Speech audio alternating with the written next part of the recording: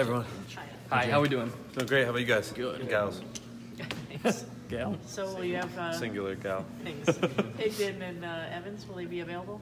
That's what we expect, yeah. They've been practicing? Yes, sir. Was it a cramp for Chris? Just a little, like, I don't know the medical term, like Okay. a tweak, strainish type of thing. Okay. Talk about True a little bit and what he's done this fall to earn his time.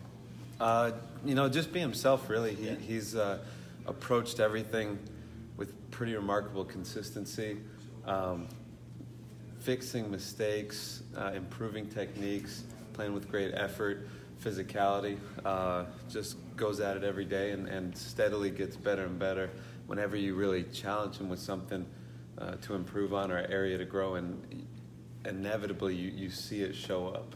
And if you do that over months or years, the results are going to be pretty good, and everyone's getting to see that now. Talk about the courage it takes to approach a pass rusher the way he does. It's a little bit reckless. Yeah. There's certainly courage to it, contact courage. He's a tough guy. He's got some wrestling background. He's got a family of boys. Everyone kind of, I think they roughhouse quite a bit. So he's certainly fearless, and that's to his benefit on the field. As a coach, it's probably satisfying to see someone grow like him, but to do it as a walk-on, and having his background and everything else, what's that been like to see as a coach? It's awesome. You feel happy for his success and the sacrifices he makes, and all the hard work he puts in. I think it's just whenever you see a guy have his hard work pay off, it's gratifying, because that's what you preach, that's what you tell everybody, and so all the different examples of it on the team, it's great to see, and that it's an inspiration to the guy a year or two younger than him that's going through that same journey, that same process. What are Christian Turner's strengths as a running back, and do you see him maybe getting some time? Definitely see him getting some time at some point. He plays really, really fast. He's a guy who isn't the fastest guy ever. He's fast, but he plays at tip-top speed, which is not the most common thing. So you're really getting a guy who plays fast with great feet, really good feel, and he's tough. He's not super big yet, but he plays bigger than his size. Really, really aggressive, hard-nosed kid, and approaches everything with a great attitude. How much weight do you want to see him put on? You say he's not super big yet. Not that he's lacking. Right. I mean, he plays bigger than his size. I gotcha. With his willingness to throw himself in there and make contact. In terms of a projected weight, I don't know. We'll see how he grows. I'm sure he'll end up being 5 or 10 pounds heavier in a year or two. With True's pass pro with all the backs, I guess, you mentioned their willingness to stick their nose in there, of course, but how much of it also is reacting in time or mental discipline on knowing where to go or who to pick up? Because there's been times where he's peeled off and made a block where it's like that's got to be maybe innate, or what's the balance there of what you teach, in terms of being able to be reactionary as in the field in live situations there? Yeah, that's a thoughtful question. I would say that there's with every position, there's like half of it is technical and fundamentally, okay, I'm being told how to do this, can I execute this job? And then there's another half or maybe more of it that's like you're saying, reactionary football instincts, being a football player, being able to, at game speed, recognize and get a job done. That's tough to coach. The best thing you can do for that is to put them in that situation and try to make your drills game-like, really practice at game speed, so that when things happen in practice, like the pickup that Chris had in the game where he took a D lineman and was able to kind of chip a guy, and then Mike Onwenu came back. It's a situation where him playing fast and being able to react might have saved the day for that particular play. So that type of thing is hard to coach. You just hope that you're getting reps that are helpful in practice, and then you're recruiting guys that are football smart and instinctive. What is the mental approach that Ben Mason brings to games? Just smash everything. He wants to bludgeon people and do it really fast, and he's relentless. He's really good at it. He is good, and he's getting better, and he's another guy. You give him something to improve, and 2 or 3 things to focus on. He'll relentlessly work at it. How much do you guys appreciate him when you're watching film? I mean, it's fun film to watch, right? No doubt, Yeah. no doubt. We appreciate that brand of football around here. Are you guys sharing Van Sumeren like you are with Hassan as well, the linebackers? We've talked about it. Right now, we're not, but we certainly back with you? could in the future. What did you like about the production you were getting from Karan and Chris? Obviously, Karan didn't play last week, but when those two are available fully. I love it just because it's two guys who have a ton of experience. You have a guy back there with either of them that you can trust. They've seen a lot of things. A lot of times in games, unusual things will happen. You'll get a defensive look that you're not accustomed to, or we didn't necessarily expect to prepare for. Maybe the team hadn't showed it. Those guys keep their cool.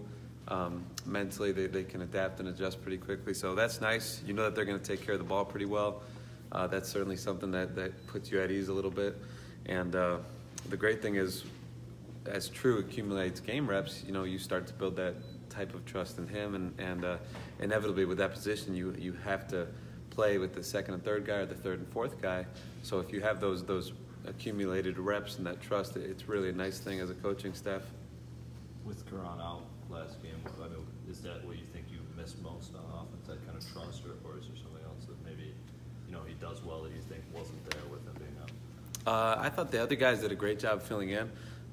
You certainly always are going to miss having him because he's pretty darn good at everything. So, the way that he hits holes and the way that the aggressiveness he runs with is a little bit different. I don't think any of our guys play at that same speed and violence. But Chris and True and Omari all bring, something special to the table that maybe Karan doesn't have. So either way, you're going to get a nice balance. But you always miss having a guy like him. Do you like what you saw from Omari, and what have you seen from him in the first several months, or first few months? Loved what I saw in the game. He was playing fast. He's a guy who's really come a long way and is learning to play at that full speed. His game speed is actually matching his time speed in a 40, which is really nice. That's a sign of him being comfortable, him being able to be himself and not hesitate, not worry at all. So seeing that is really makes you feel good as a coach, and just looking to see it continue and see his role expand. How different are the backs saying this offensive line is running behind versus last year? What do they think? Yeah, I mean, I know you can't I'm not say, sure. but- Yeah, you'd probably have to ask them that in terms of how they see it. I don't know. Are you that. seeing something different on film, though? Are you seeing the holes are Uh, there that maybe weren't there? I would say that there's because we do a little bit less schematically, we're probably a little more proficient across the board, and so there's some trust there, and they just build a rapport with the O-line in terms of understanding how a look is going to be blocked up and a little bit of what to expect. Hey, okay, I see this defensive look. I would expect the ball to go in this place or that place. So I think there's a level of trust that builds in that regard because we have a little bit more consistency in scheme and the players knowing, okay, it's 2nd and 1, we're going to run the ball, this is the play we're going to run, or it's 4th and 1, this is the play we're going to run. So I think that type of trust comes with that consistency and the amount of scheme that you carry. You guys, anything else for Jay? There was a lot of conversation this week. Jim talked a lot about the targeting and talked about the running back lowering his head. I mean, what is your view of that? I would just say that the end, it's very difficult for a player to when he's trying to run the ball or tackle the ball carrier. That's really hard to be aggressive and play a game the way it's meant to be played and keep your head out of it. I think that the spirit of the rule is to make the game safer and to penalize people for endangering other players unnecessarily. And I think that there's situations in the game that need to be addressed in terms of times guys are being hit when they truly don't need to be. And I think it's important. It's hard, but it's important to look at what was the intent of the player. Did he really have an opportunity to avoid that type of collision or not? I feel like that part of it really needs to be considered. I just want to be clear on Cron and Chris. Have they practiced fully so far this week, or? Yeah, Karan has practiced fully, and Chris has practiced fully for what we've asked him to do. He's been going. It just hasn't, maybe not the same amount, because he did a little bit yesterday, and then we're building up as we go, as he comes off that tweak. Okay, so you don't think he'll be limited on Saturday? I wouldn't expect to. Okay. We'll see. That's one hell of an injury report. About as good as we ever get. Thank you. On that note. Thank you. Awesome. Thanks Appreciate a lot. it. Thanks. Thanks, Jay. Jack Wayne.